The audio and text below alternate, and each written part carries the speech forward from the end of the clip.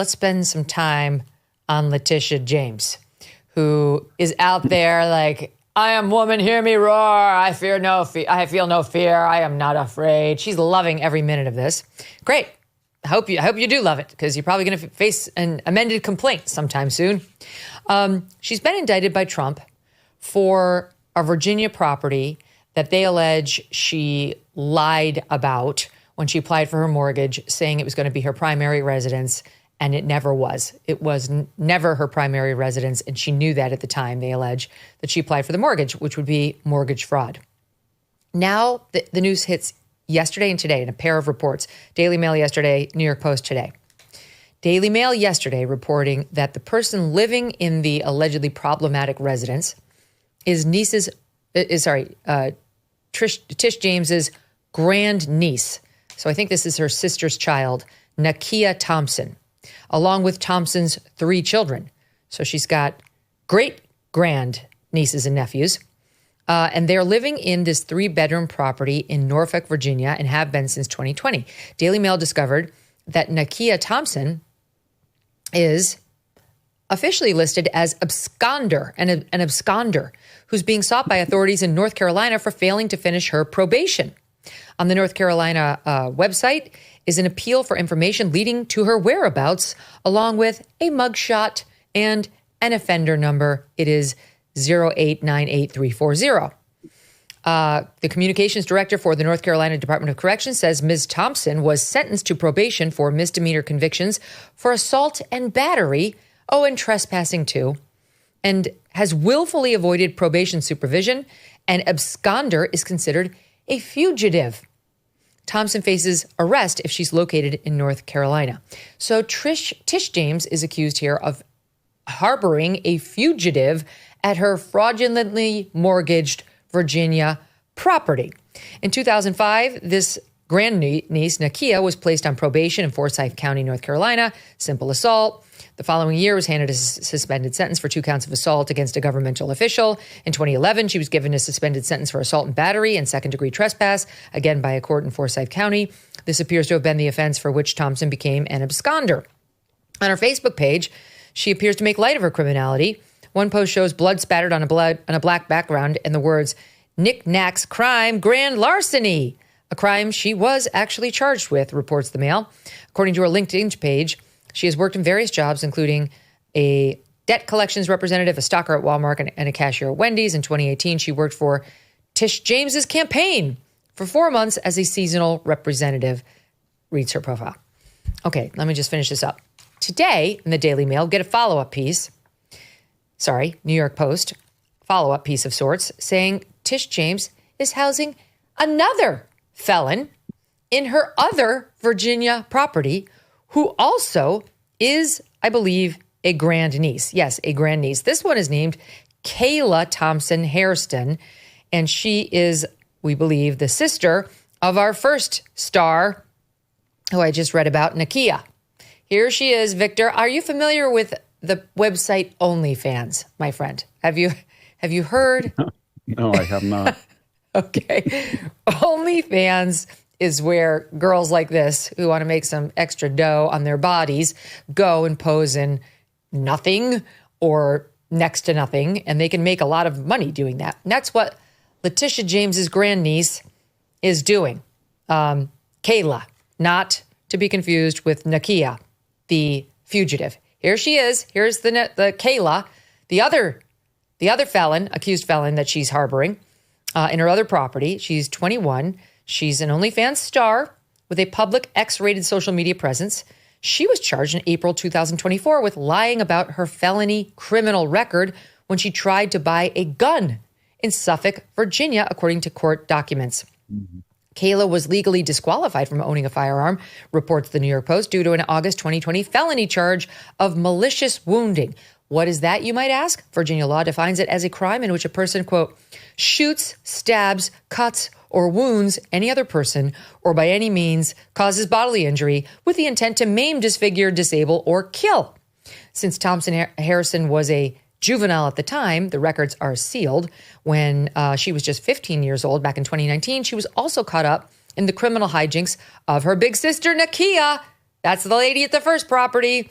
who is a wanted fugitive by the North Carolina authorities. So somehow she was caught up in Nakia's alleged criminal wrongdoing as well. It sounds like an absolutely lovely family, Victor. Sounds like Letitia James has got all of her ducks in a row, but let's check in on her messaging. SOP 37.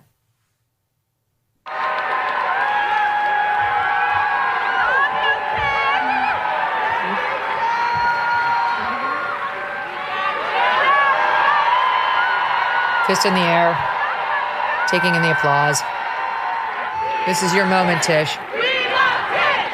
We love it! We love it! We love it! Thank you. Thank you so much. I appreciate you, and I've got your back.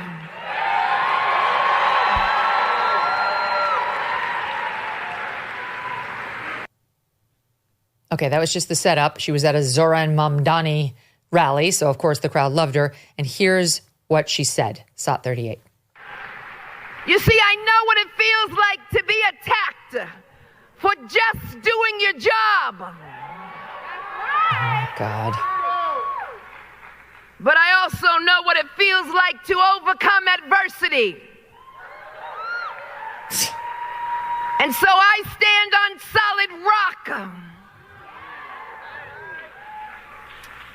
And I will not bow. I will not break.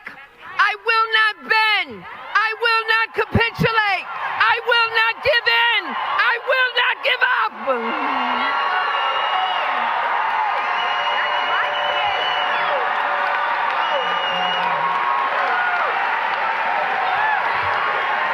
You come for me, you gotta come to all of us. Okay. All of us. Every single one of us. We're all in this together. Together. Okay, she's lost her mind. I don't know if we are all in it together, because I'm not harboring a felon and a fugitive, respectively, in my two homes for which I allegedly committed mortgage fraud down in Virginia, Victor. I don't know. Maybe she has a lot of people like that in her constituency. Not sure. Why is she a victim, though? She bragged in both of her races, in her reelection and her original campaign to be attorney general. She said, I have my eye on Trump Tower. She went out and used the law and manipulated it, and then was reversed on the fine, at least, and probably will be on the charge. So it's a matter of fact that there was nothing to her legal case, and she persecuted someone, and she used racialized language when she did it. And so she's a perpetrator. She's a victimizer. She's not a victim. And then, the other thing that's really disturbing, when you went through those sentences, why are all these people getting suspended sentences? And I thought it was against the law to knowingly harbor a fugitive. I thought it was a felony. If a person has a writ out and they're in your home and you know that, and they're evading law enforcement, it seems like that is a crime. And I thought if you were a statewide elected officer in New York and you're attorney general, your primary residence had to be in the state. It so does. Is there no why doesn't somebody say, if you say that your primary residence is not in the state, then you're liable to recall or dismiss or some consequences? But the common theme with all of this is, if I say enough anti-Trump stuff, or if I play the victim or the race or the gender, whatever the card is, then I get an exemption. And I know that it'll work because it's worked in the past. And then it's almost Orwellian, just for her to get up there after what she did by distorting and manipulating the law to go after a political opponent, and then to get elected on that basis, and then to play that she's a victim and they're going after her, and she's got all this criminal exposure and liability, and she hasn't paid no price for it. None of her family they get suspended sentences. They're evading law enforcement. I thought, when they found out, the next scene would be, I don't know, a SWAT team like that went after Donald Trump or something. They would show up at the house and they said that we have a warrant out for your arrest and we're going to arrest you. And they didn't even do that, apparently. So I guess the idea that they assume these political officials and I guess on the left, that once you stake out this premise that you have been wronged or historically wronged or you're a victim, then any type of behavior is okay and there won't be consequences. And the sad thing is, I think they're right. It works. And Mondami is even playing a victim. And so when you get these very affluent people, multiple houses, big salaries, and then they talk as if they're on the barricades and somebody's out to get them, it seems to work, at least with half the population. But it's destroying the country. That nobody has any confidence in the law anymore. They don't feel that justice will be dispensed equally. Look at the two top law enforcement officials that we just discussed. There's Tish James, who's now accused of committing mortgage fraud in Virginia. And then there's Jay Jones, who wants to be the top law enforcement official of Virginia, who's calling for the murder of Republicans and their children. No wonder people might have their doubts about whether there really are two systems of justice here. And you're so right about Letitia James trying to play the victim here. She's the perpetrator. She all along has been like, I'll get him. She ran for office before we knew whether he'd done anything, a crime, a civil violation, anything. She was like, just trust me. I'll find the thing. I will get him. And then indeed she did. She dredged up this law that she said he violated, that the court laughed at her for when it was all said and done. Like, what are you talking about? Like this, no one's ever been charged on this. And I think the Supreme Court, if it goes that far, will overrule this conviction because they don't like corruption charges or fraud charges that are made up like this at all. And in any event, she persecuted him. She persecuted him and tried to steal his $500 million business and celebrated it. She wanted us to look at her as like some Joan of Arc character.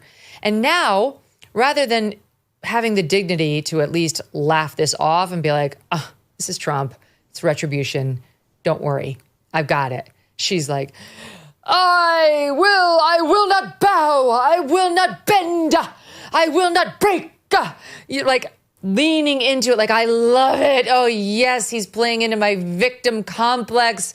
This is the height of achievement for a certain sect of the Democratic Party. Like, oh my God, I actually get to be a victim. Yeah, and I guess what's tragic about this, because I'm 72, I can remember in my teens at the civil rights movement of the 60s, its theme, what we all heard. I remember my parents grew up from my farm, and I actually heard Martin Luther King speak at Grace Cathedral. And the message originally was that anytime you give exemptions to anybody other than on meritocratic basis, it's wrong. So there was the old boy white network, and there was truth to that people who were African American were not given a fair shot and a level. I heard that term all the time. All we want is a level playing field.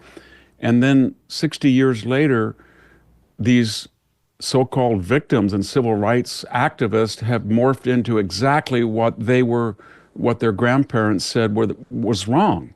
And they are now saying that because even though I haven't suffered anything and I've actually gamed the system, somebody 60 years ago did and before, and therefore I'm going to do the same thing that the old white boy network did. I want exemption, I'm a victim, and I don't have to go through the regular process of meritocratic evaluation, or I don't have to have the same exposure to the law or the legal system because I'm a victim.